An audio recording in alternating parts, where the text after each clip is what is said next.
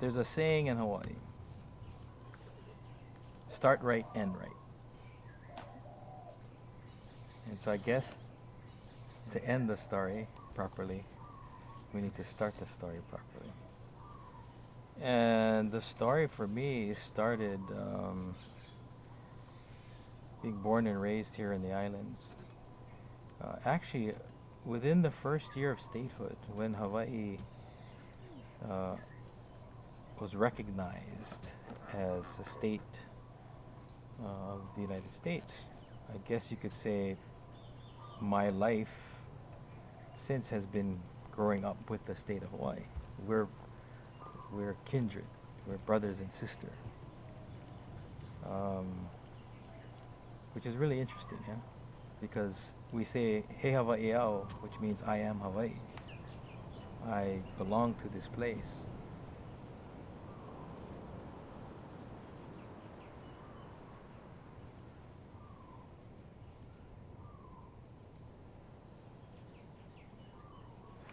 So growing up here on Oahu and watching the city grow over time, um, it happened daily.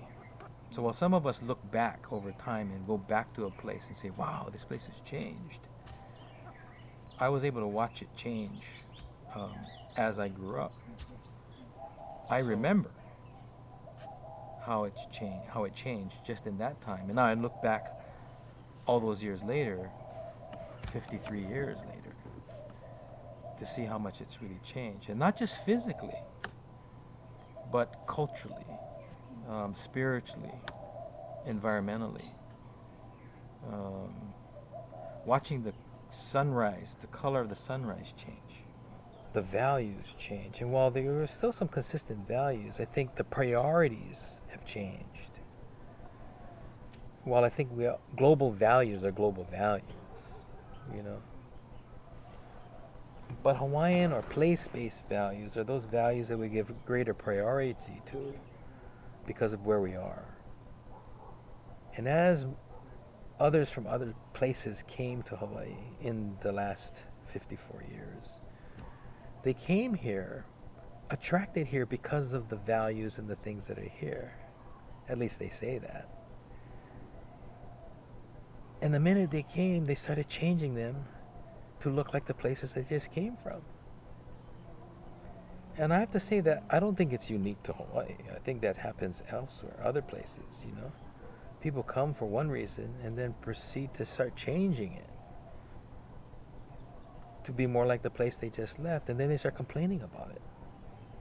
That always baffles me.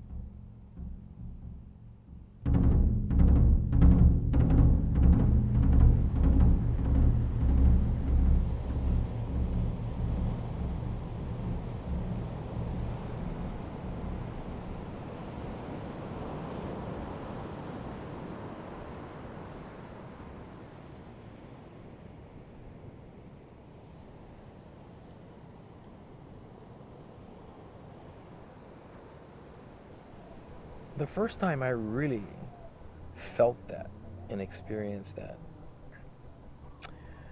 was with my grandmother, my paternal grandmother. She lived in Kailua, and it was a practice of hers to always walk to the beach, back to the kai, to touch the salt water, the nalu, the amniotic fluid of the planet. And so she'd walk back and forth to the beach, and that was her regular practice. So there came a time when she couldn't do it regularly. And then one day she went to the beach, and as she approached the beach on the path she'd always take, there was now a wall. Okay? It wasn't a very big wall, but it was a wall marking the property line. And so she proceeded to climb the wall and go to the ocean, which she had been doing for years. That was her life. And as she made her way back, she climbed the wall, and the new owner of that property, not from here, comes out and begins to scream at her, "Get off my property! Get off my wall! You're trespassing!"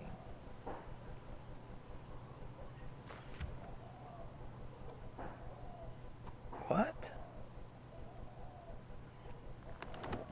Hawaii changed that day.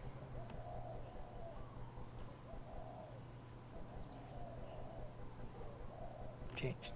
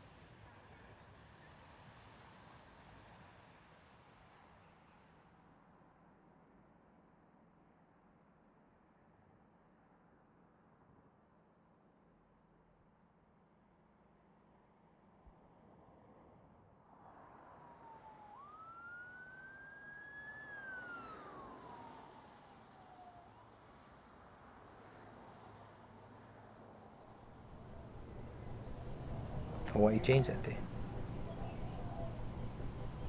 My grandmother changed. I changed.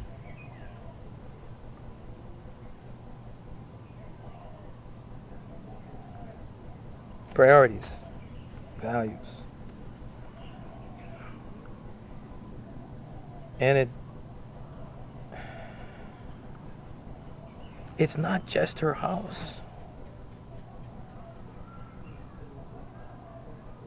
It's the forest.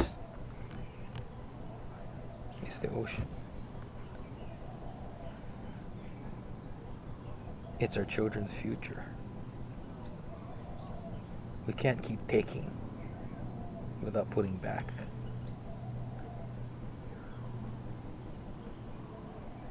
Hawai'i. Care for the air, the water, and the spirit. Yeah. That's aloha. Yeah. And Auntie Pilahi, our kupuna, my grandmothers, they didn't try to be aloha. They were aloha.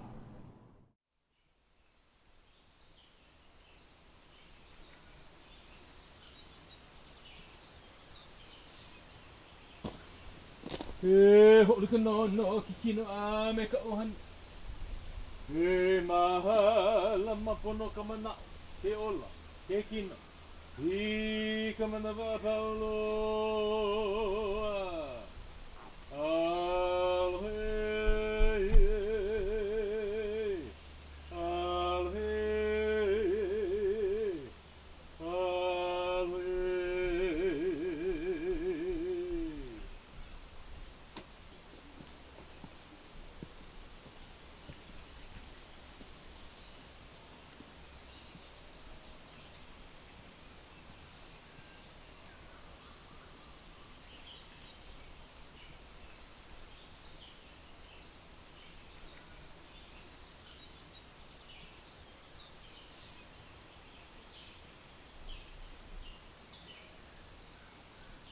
So I thank the kupuna and the elders, especially Auntie Pilahi Paki, who helped to reinstill within me that sense of belonging. You know, it's not easy. One of the greatest challenges for me is that people say, well, please share and teach us these things, but no one's willing to compensate for the time and the energy that it takes to do those kinds of things. You know, there's a tendency to think that aloha means free. Now, there is a concept within it that says to give freely, but allow me to give. Don't just come and take. Auntie Palai used to tell me, Mahalani, my Hawaiian name, Mahalani, embrace your stupidity. Because in your stupidity, you now have the opportunity to learn something. But if you think you're all that, and you know everything, there's no way you're going to learn anything. And I believed her message to me and to the rest of the world was that we're all indigenous to some place. And meaning not the political indigenous definition, but we're all places. We come from places. And as a result of that, those places are in us. And I like to say the common place that we're all from is Papaho'ono, Earth.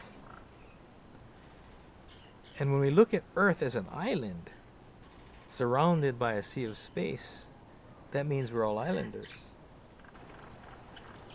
Well, the Earth is experiencing turbulence, not just of its own making, but ours. And so consequently, it's important, as Pillai said, to start bringing healing in.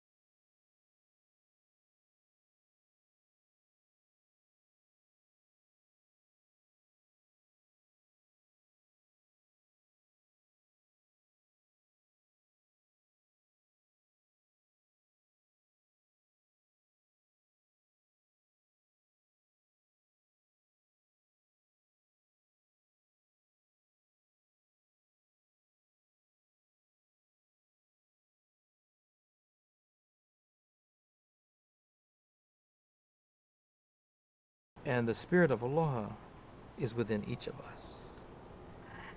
Therefore, it starts with us. Each and every one of us has an opportunity to breathe in the ha, to reconnect to our places. Whether it's a forest or whether it's a city, wherever you are, that's where you start. We don't need people coming to Hawaii to start taking care of their places. Yeah, come, learn, you know. But if you come, bring, don't just take. You know, you come and you learn. That's fine. Teach, great. But go back. And when you go back, take care of your places. And if you're lost and you don't know where you are, then maybe we can help you find. Find that place of belonging.